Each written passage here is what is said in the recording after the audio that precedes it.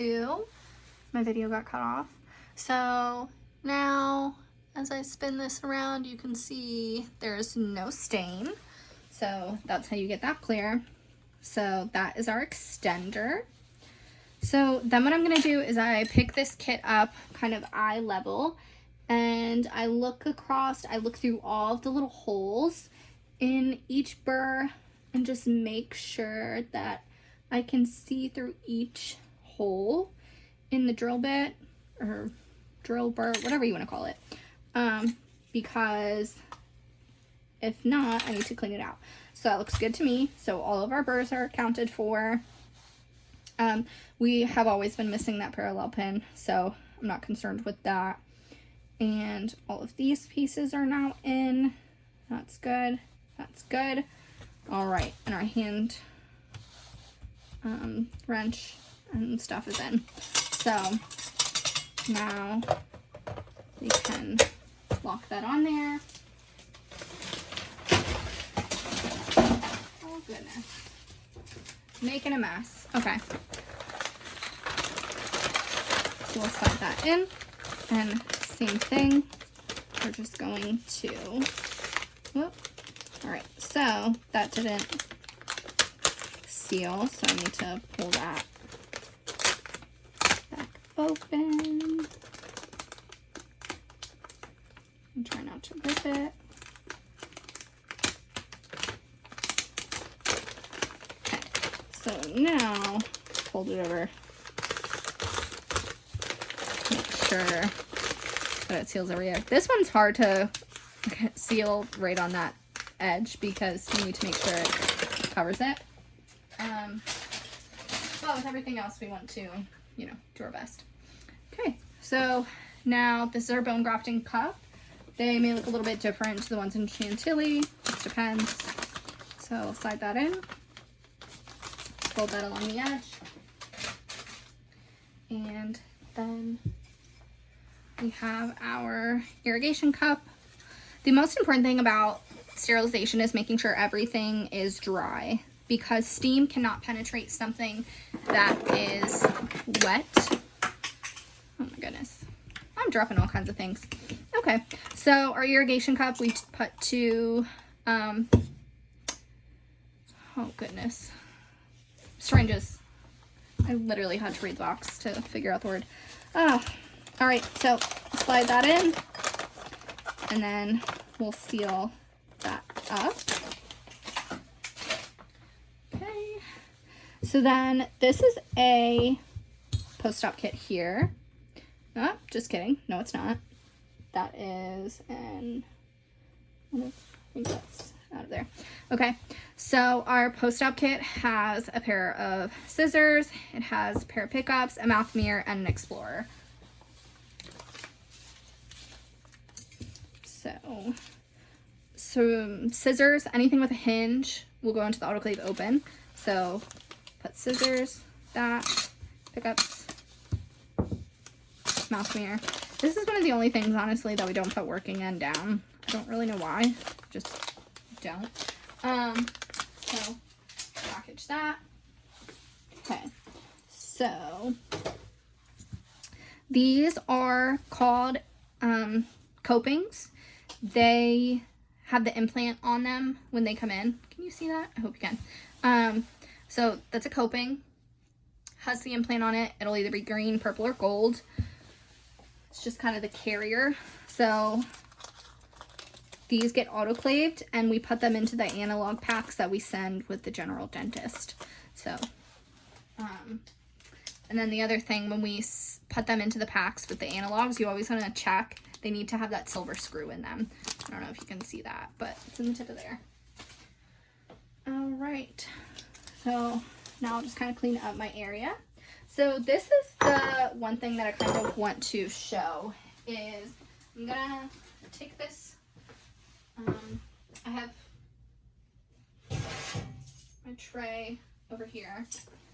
So I've already rinsed this off, that's why I'm not doing it. But normally this basket, you'd put it into the sink, rinse it off. Just dump that. Okay, so what I want want to mainly show here is how I package a tray, because if you always count on the fact that, you know, you're just going to package everything, when you do get to a point where you have multiple trays over here, it's going to get really confusing for you. Well, syringe just fell apart. So let's put that back together.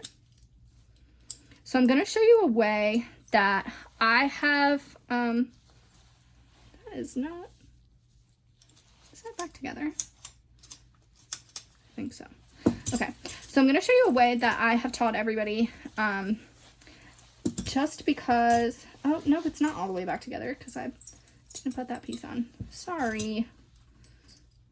I'll get my life together at some point or another during this video.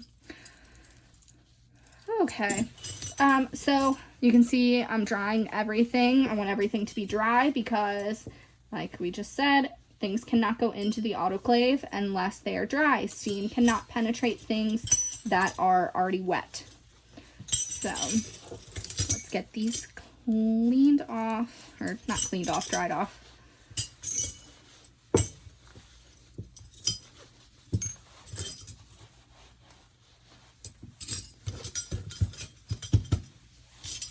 So my trick uses counting. All right. So what we have here is 2 trays. I'm gonna kind of make some room over here. So my Explorer is stuck in the towel. Put that over there. So what I do is count. So I know that we have 3 elevators. So I can pull out my elevators. What you can do is you can group things on the towel, or for me, because of the counting, I don't have to arrange things before I can package them. I know what I'm looking for and I count it. So we have 3 elevators, 1 curved, 1 large straight, 1 small straight. I think that's sometimes you have to compare them. I think that's another large straight. So small straight. Okay, so that is 3. So 1, 2, 3. And then we have 4 loops. 1, 2, for another loop, so that's another needle holder, so that's not what I need. 3, and now we need a pair of scissors to make 4. So 3 elevators, 1, 2, 3, 4 loops, 1, they're going to be open, 1, 2, 3, 4, have 5 long straight instruments, so that's going to be our curettes. So we're going to have a large and a small. These are called double-ended curettes, and they face opposite directions so that you can, if you want to scoop out a hole this way, and then you can scrape out a hole this way.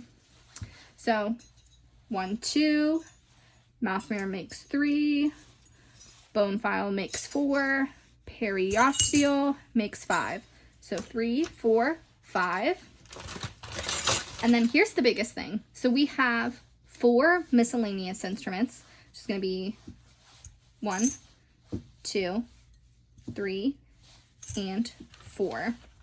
But then you have to think, okay, well, we had 3, 4, 5, and now 4, but we don't. We have 6. So this is why I count, because when somebody is new, the biggest thing that they forget is to go up into this cabinet up here and grab these 2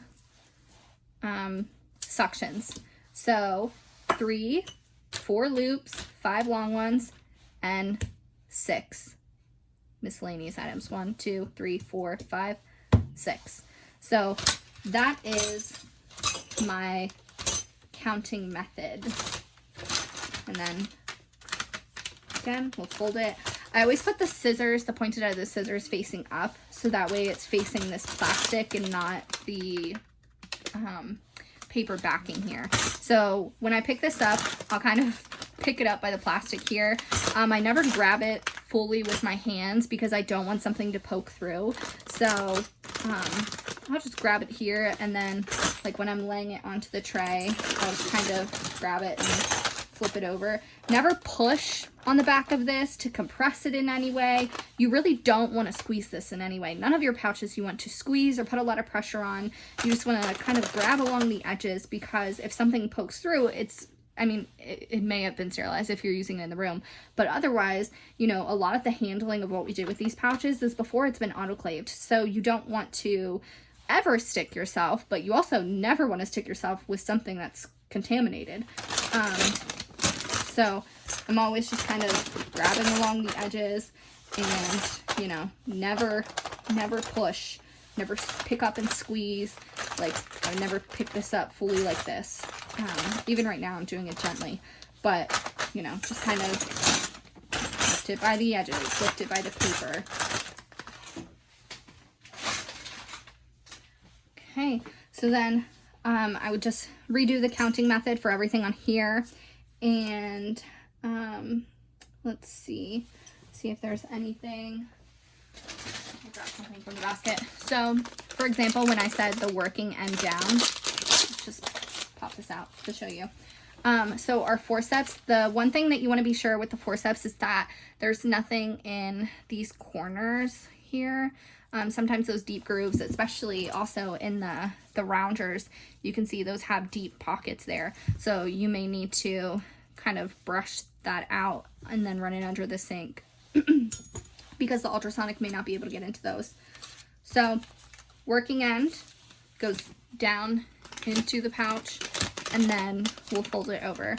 We don't want it the other way because we want to be able to see what the tips of these looks like.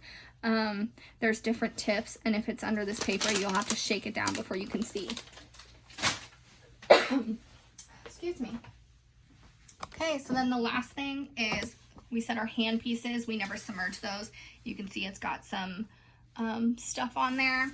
So we'll just take our brush and clean that off. I always brush away from me, like I'll never like go back and forth like this because I don't want it to spray back on me. So I always brush away.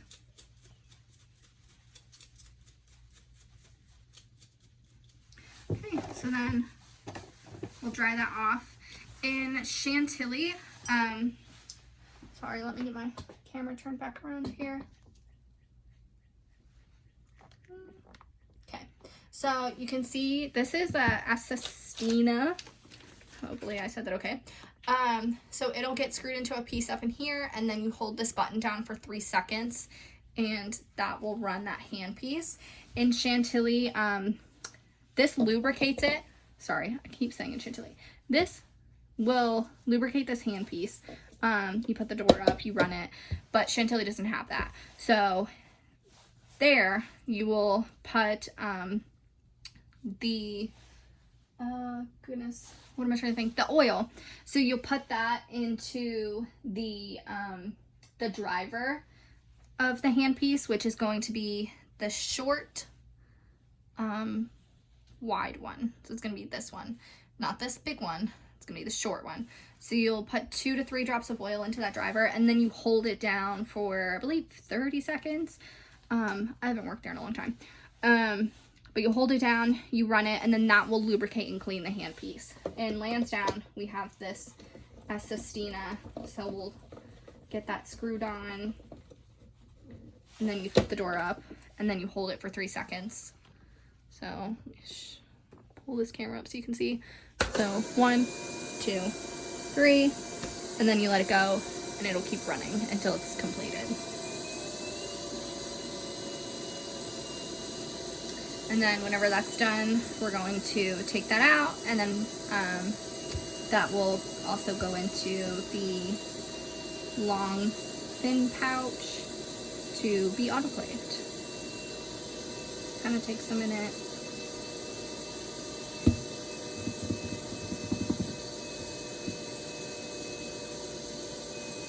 So what I was saying earlier, what you could do is you could always group your instruments. Like you could say, oh, here's these, here's a pair of scissors, here's a needle holder, grab your other needle holder and put all your things together like that. But to me, that just takes way too long. It's much better to have a method. Whatever method you use, that's up to you. If you think in your head, okay, what are the instruments on the tray? How do they get set up? And you grab the instruments in that order, you can do that. Whatever works for you. I've just always found that counting is the easiest, and then it makes sure I don't forget the suction tips.